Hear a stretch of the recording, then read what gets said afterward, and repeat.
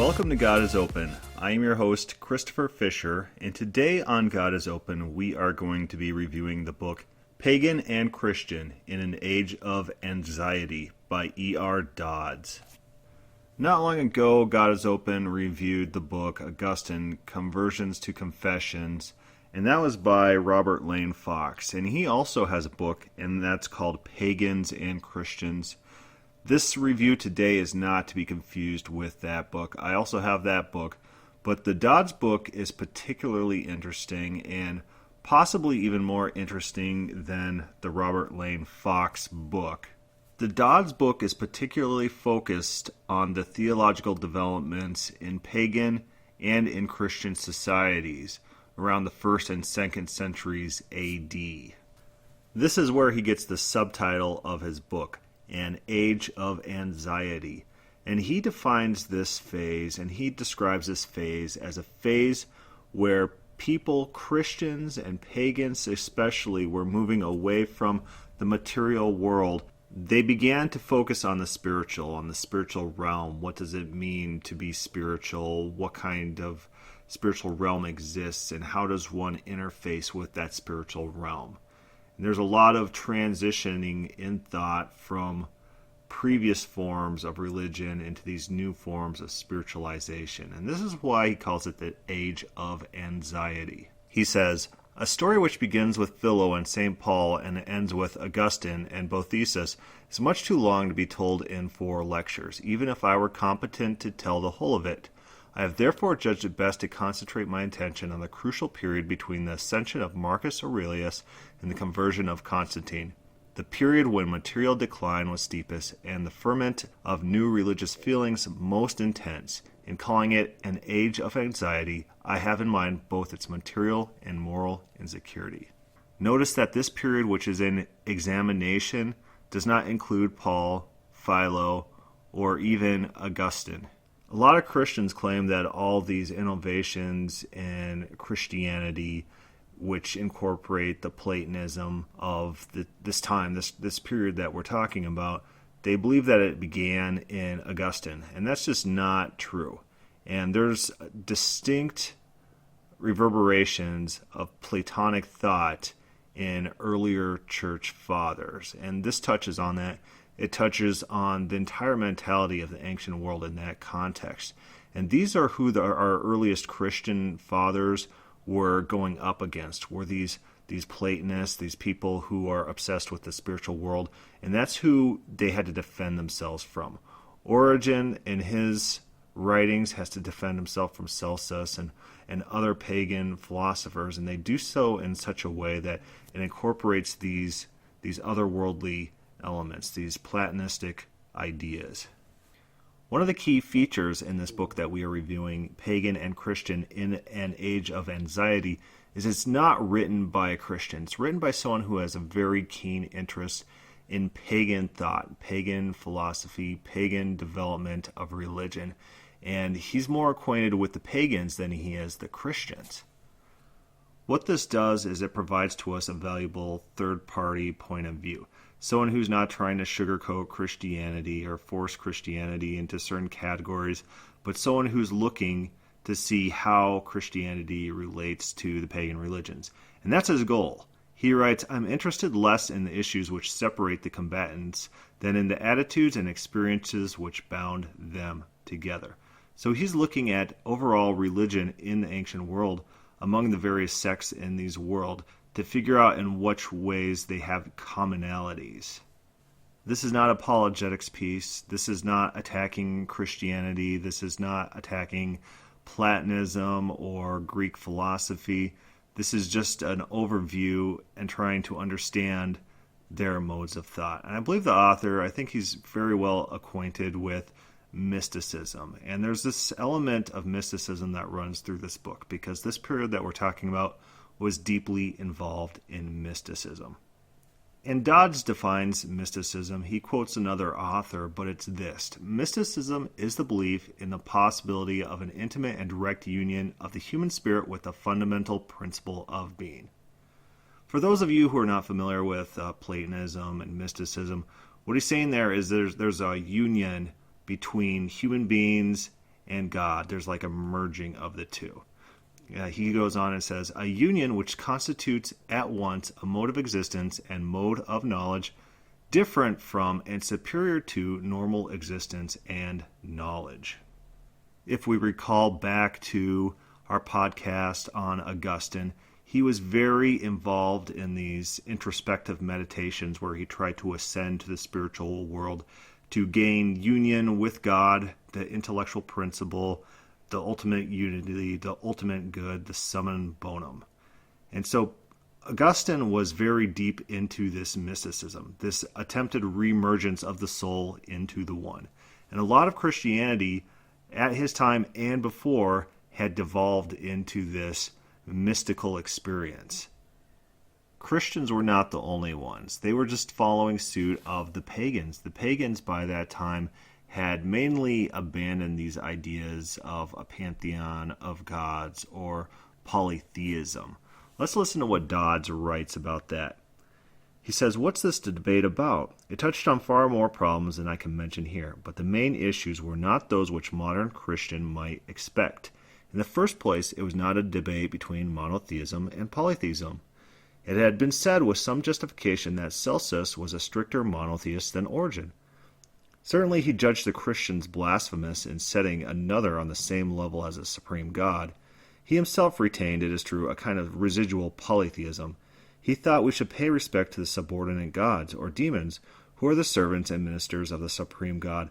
But Origen too believed that God employs invisible husbandmen and other governors. Elsewhere, Dodds talks about how the Christians had to start adopting pagan ideas. He writes, the human qualities and human sufferings of Jesus play singularly little part in the propaganda of this period. They were felt as embarrassment in the face of pagan criticism. Remember, when the spiritual is elevated above the physical, and this is an age in which everything needs to be spiritual. The material world is corrupt. The material world, it could be evil. It's not the good. It's not the perfection. It's a falling away from the perfection. And so any human elements in Jesus is seen as an embarrassment. This is why when we read the Gnostics, they make these absurd claims like Jesus didn't have a digestive system. He didn't eat and poop and stuff like that like normal people because he was more of a spiritual being. And these things had to be invented because the age we're talking about is one which championed the spiritual over the material. Dodds writes, Joseph Bidez describes our period as one in which men were ceasing to observe the external world and try to understand it, utilize it, or improve it. They were driven in upon themselves. The idea of the beauty of the heavens and of the world went out of fashion and was replaced by that of the infinite. So people are turning away from ideas of the universe being all-encompassing, the universe holding true beauty and true unity, and instead turning to introspection or trying to understand and focus on the infinite. Dodds recounts the transition from Greek thinking of a universe-centered philosophy into one of a universe as antithetical to the spiritual philosophy. He writes, as time went on, this traditional antithesis between the celestial world and the terrestrial was more and more heavily emphasized. And he's saying from Plato, because most of these ideas are flowing down from Plato. And is increasingly used to point to a moral. In the recurrent topos of the flight of the soul through the universe, imagined as taking place in a dream or after death, or sometimes just in waking contemplation, we can trace a growing contempt for all that may be done and suffered beneath the moon. So people were looking for escapism. They were looking for escape from the universe. The world that we live in, the material world, was seen as corrupt. It was changing, as something that people needed an escapist theology to get away from. And if you recall our previous podcast, we talked about reclaiming biblical eschatology. This is what it's about. Biblical eschatology is corrupted by this escapism that was very popular in pagan theology just after the time of Christ. And this was the theology that the Christian church adopted in fighting against these pagan ideas, because Christianity was embarrassing to Christians. Pagans at this time, and even Christians of this time, started adopting this notion that reality is fleeting. We are in a temporal state. To recall back to our podcast on Origin, he believed that everything was cyclical, that we were just in a stage of expanding away from the one and then being retracted into the one, and it would all cycle back and forth. And so everything that we do, it doesn't matter in the grand schemes of things. And this was the idea of the pagans. Dodge writes on Plotinus, "For him, as for the H. Plato, man's earnest is God's play, performed in world theater by fair and lovely living puppets, puppets who mistake themselves for men, and who suffer accordingly, though in truth they are but external shadows of the inner man, the only true existent, truly substantial person." This is linked with Plotinus's general doctrine that action is everywhere a shadow of contemplation and an inferior substitute for it. When cities are sacked, their men are massacred, their women raped, it is but a transitory moment in the endless drama. Other and better cities will arise one day, and the children conceived in crime may prove better men than their fathers. That seems to be his final word on the tragic history of his time. From Plotinus, this attitude of contemptuous resignation was transmitted to later Neoplatonic schools, Christian as well as pagan. To Gregory of Nicaea, for example, human affairs are but the play of children, building sandcastles which are promptly washed away. As Father Dan Luo says, his entire work is penetrated by a deep feeling of the unreality of the sensible world, which he calls goetia, a magical illusion, echoing a phrase of Porphyry, and Augustine in turn declares that this life is nothing but the comedy of the human race. So we see that the contempt for the material world, the contempt for a possible restored earth, a contempt for continuation of life on the material world, led to people having a sense of futility in all that we say and do. The material world, that's not our final destination. The material world, that's not what we focus on. What's instead focused on is the absolute, the unchanging, the intelligible realm.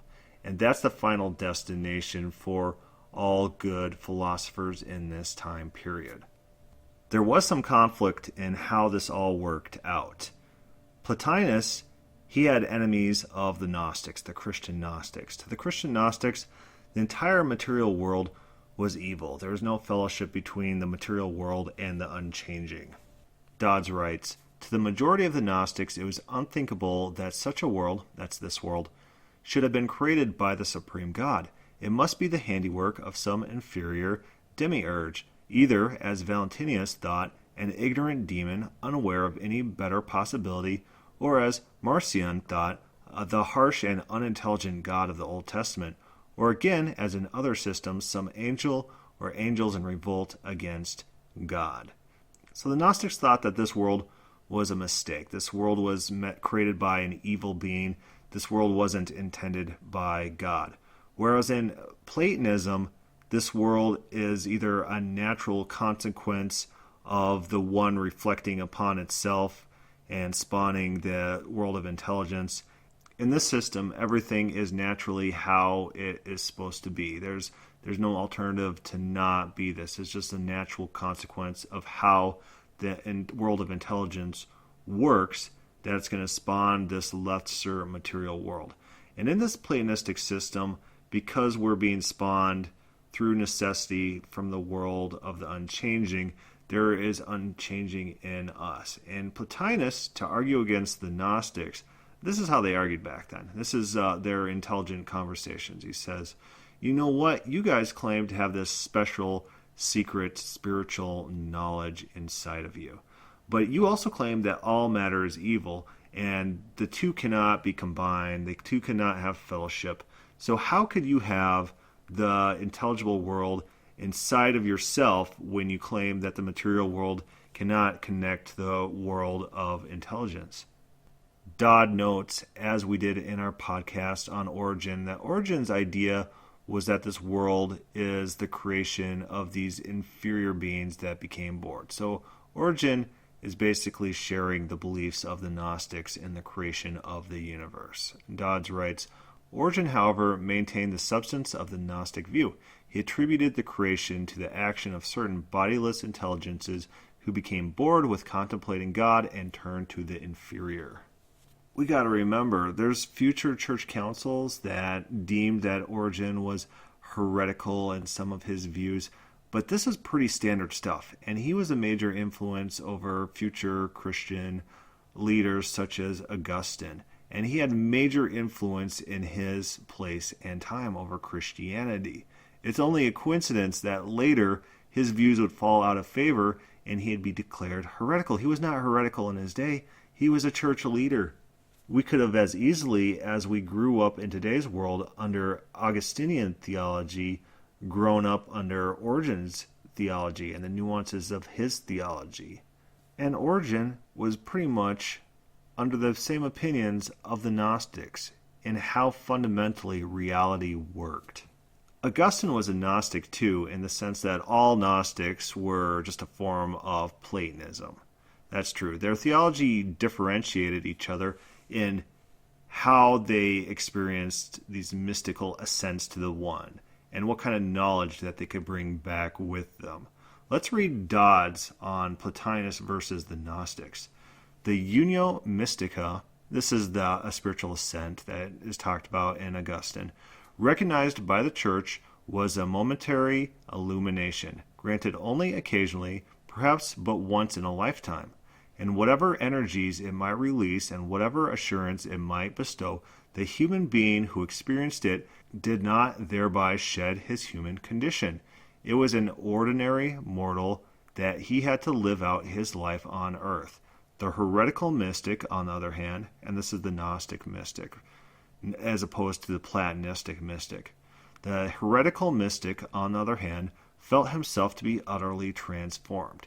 He had not merely been united with God, he was identical with God, and would remain so forever. For the great Catholic mystics read Plotinus, for the heretical mystics read certain Hermetists and the Christian Gnostics, and the distinction applies perfectly to our period. Note that the Catholic mystics, the Orthodox Church Fathers, they were the mystics under Plotinus. Plotinus was their teacher when it came to mysticism. And the heretical mystics, their sources were the Gnostics and the Hermetists. And the distinction applies perfectly to our period. Plotinus also rejected firmly the megalomaniacal claim of the Gnostics to a monopoly of the divine presence. For him, God is present to all beings, and the power of becoming aware of that presence is a capacity which all men possess, though few use it. Remember, in Augustine's sermons, he preaches to his congregations, the common man, that they can achieve spiritual ascent as well, whereas the Gnostics believe that there was a few elect people that only they can experience this ascension to the One. And it's a slight differentiation between the Platonistic mystics and the Gnostic mystics, but it's a distinction nonetheless. Dodds continues, if God is not in the world, he tells the Gnostics, then neither is he in you, and you can have nothing to say about him. That's his little jab at them. He says, if you guys think that the spiritual cannot be represented in this evil, material, changing world, then how can you tell us, how can you know, how can you have any communion with that world? And that was his little gotcha point against the Gnostics. And in his view, in the Platonistic view, this entire reality incorporated the unchanging in some way. Origen's views also somewhat have that in mind, whereas the world is cyclical and all will merge away from the One, then merge back to the One. So Origen he's maybe a half Gnostic, but he incorporated some of the Platonistic ideas and some of the Gnostic ideas about ascension and the fundamental reality of the world. But Plotinus has a gotcha moment, and the Gnostics, we don't have any records that at least I know of where they can respond to this argument. If the spiritual and the material cannot know each other, then what are the Gnostics doing, claiming that they have the divine in them, that they have the spark in them? When they are in the world, they are in the mortal world. So let's talk about the ascension. The ascension is a return to the spiritual world. Remember, God is incorporeal, God is eternal, God cannot change, God is ineffable, you can't describe him. There's this realm of existence in which God exists that we cannot understand, see, or contemplate. From this, the world of the unchanging spawns. And the idea of a good Platonist is to gain access to this world of the intelligence, and from this world of the intelligence, try to gaze towards the one. That is literally Platonism. This is literally what Augustine tried to do, and this is literally what Augustine tried to teach his followers, these farmers. Dodds has a fairly long passage that I think is very relevant. So let's stick with me here. This quote is actually going to be fairly long.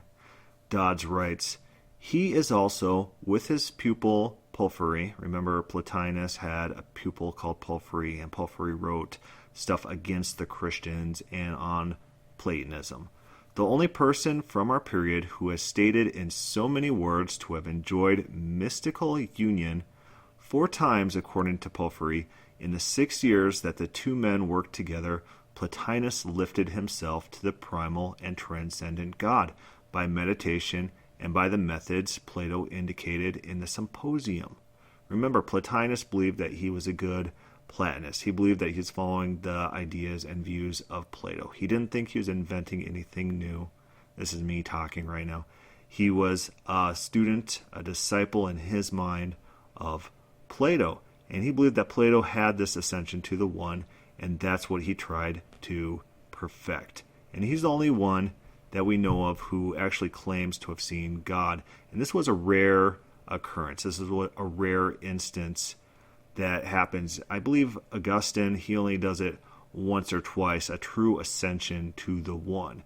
There's these mystical experiences that they all experience time and time again, but an actual ascension, an actual view into the one, that is not very common. It takes years of practice, years of conditioning your body, years of meditation, years of introspection, and then you can finally achieve it.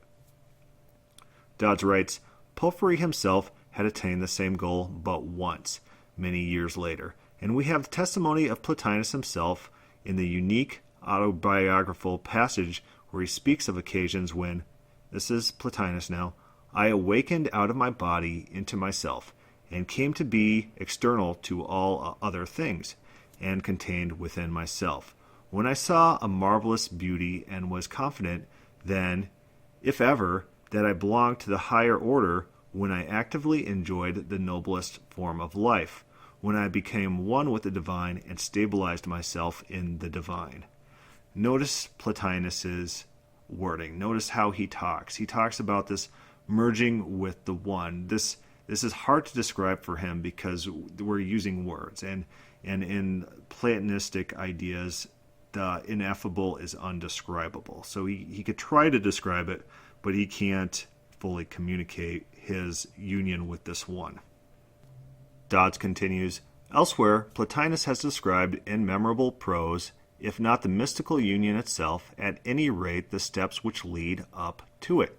He tells us that when we have achieved, through intellectual and moral self-training, the right disposition, we must practice a discipline of negotiation. We must think away the corporal opaqueness of the world, think away the spatial-temporal frame of reference, and at last think away even the inner network of relations.